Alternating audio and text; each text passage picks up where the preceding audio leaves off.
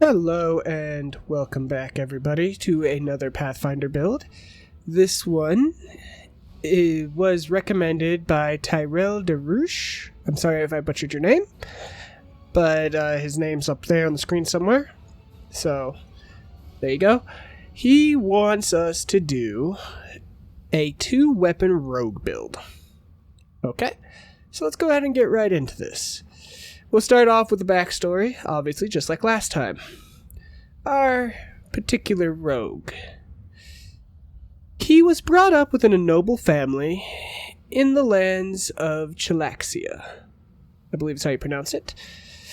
And they taught him the learnings of Asmodeus, where he became obsessed with how Asmodeus was a god, and this kickstarted his drive to become a god, no matter the cost.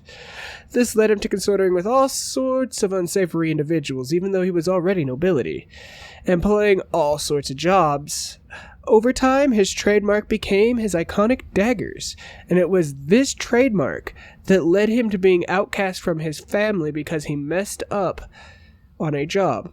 As a result, he ran, and he nearly made it all the way to Canabris before he was ambushed by demons and found by the city guard. This is where we pick up. Now, for our class, we are going to be doing a rogue knife master.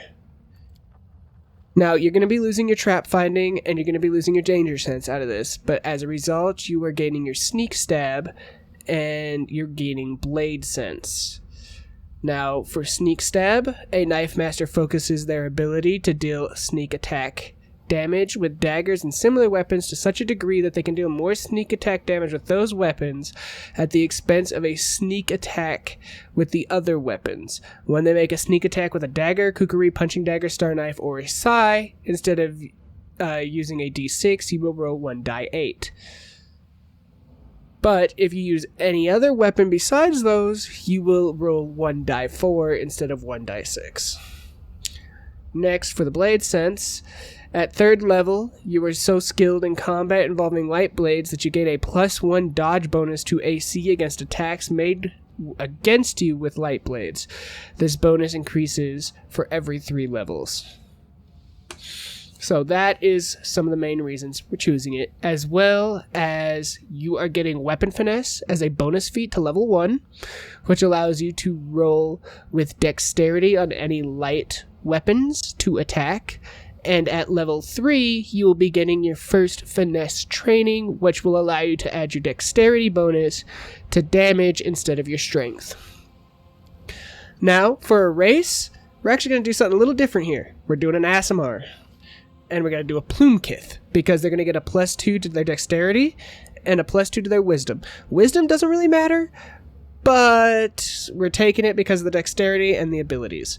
You're also going to be getting a +2 to your mobility and to your athletics checks. And as an added bonus, you are getting invisibility as a spell that you can use. For our background, we're going to go ahead and select a Noble Courtier for that +1 to Persuasion and Trickery.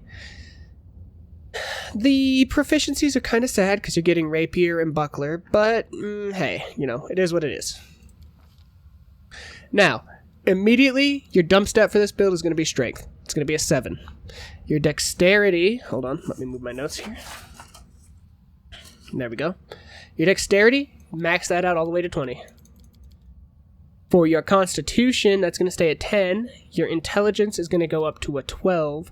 Your Wisdom is going to stay at 12. And your Charisma is going to go up to a 14. And every time that you get a rank up that will let you boost a stat, you're going to want to boost your Dexterity. Now, as for skills, you're going to get anywhere from 6 to 5 skills with this build per level. It can vary depending on how you choose it or what race you choose. Sometimes you'll get more, sometimes you'll get less. But your primary skills are going to be Stealth, Trickery, Persuasion, and Perception, with your secondary skill being Knowledge of your choice, really any knowledge or lore of your choice, and Mobility. So, the reason we put Mobility as a secondary skill is you can always have somebody else roll for mobility checks, or you can always try to find equipment to help you boost that. If you want to take mobility, that's why it is the secondary. So we'll go like that. and we'll drop one into our mobility and for giggles world. Next is your first feat. Now, we're going to do this like we did last time. I broke this down. You are going to be able to get 10 feats throughout your ranking up process. So in the order that you will be getting access to these feats is how we're going to go. For your first level, you will take 2 weapon fighting. For your second level, you will take accomplished sneak attacker for an extra 1d6 to your rolls for sneak damage. Now, I'm not sure if this also applies the blade sense, I believe, or the blade bonus that changes your sneak attack damage to 1d8. I'm not sure if that applies to the accomplished sneak attacker. So if you do use this build, go ahead and let us know if that is exactly what is happening. For your third, you're going to take combat reflex. That way you can do attack of opportunities equal to your dexterity modifier. And for number 4, you will take stealthy. This is going to give you a +2 to your mobility and stealth.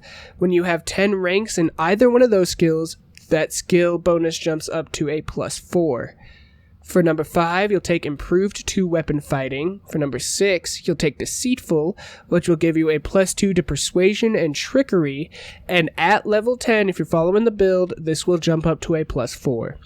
At level 7, for your 7th feat, you will take persuasive, which will give you a +2 to your persuasion and your perception. When you have a minimum of level 10 here, your bonus will jump up to a +4.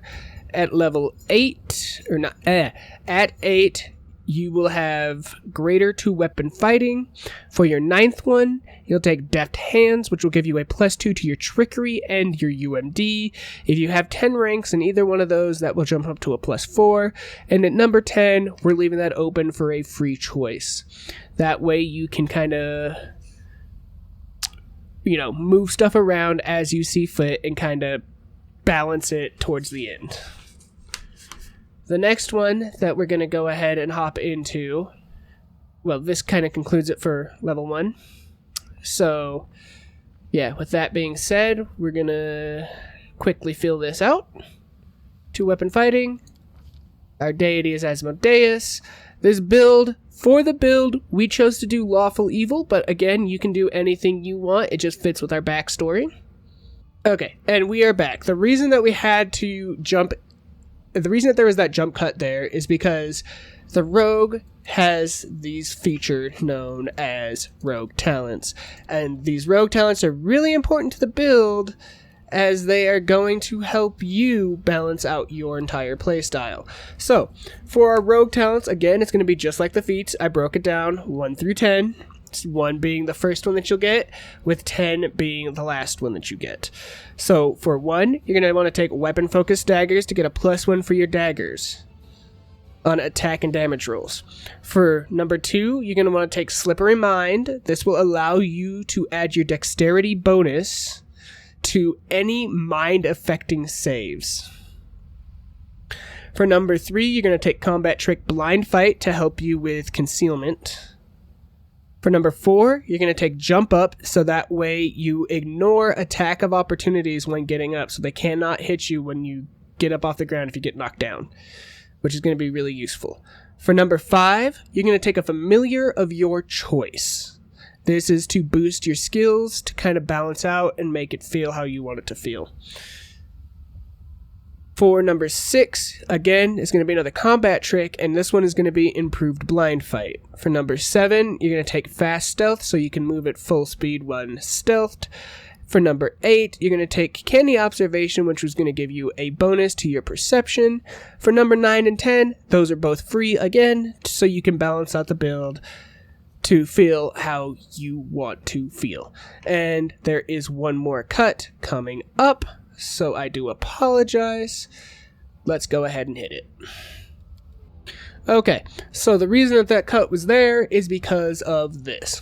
Part of the Blade Master's whole shtick is that they get finesse training. This is going to allow you to add your dexterity modifier instead of your strength modifier to damage rolls, which is why we chose to use your strength dump your strength mod as your dump stat. Now, I am aware that you do not get this till level 3, and that being said, it will be a little bit grindy, but that's where role-playing out with your friends on tabletop or relying on your companions in the game is going to come in handy. But once you get to level 3, that's where you're going to have all the fun. And for this, we're going to take Daggers, because, you know, that's what we took our weapon focus in. Now, you will get 2 more of these weapon focuses throughout your levels, and both of those I'm leaving open to player choice. The reason being is the wiki for this game is the equivalent of a toddler drawing on a whiteboard with crayons. That is to say, it is not very good. So, as we get more information about the game, we will know more or less where to look for things, which will help when you start to try to do specific builds.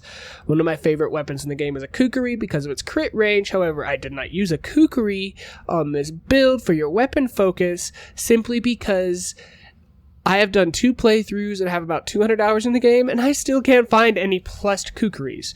So I would feel really bad telling you to use Trickeries and then having you be on the lower end of the spectrum as far as damage goes towards the end of the game, which is not what I'm after. So with that being said, we leave the 2 open for player choice, build them around the weapons that you find or around your playstyle, and ultimately remember, at the end of the day, this is just a recommendation. Build how you want to build, alter it how you want to alter it, and go ahead and tell us down in the comments what you would like to see us do next. And with that being said, thank you for watching. I hope you enjoyed, and I will see you in the next video.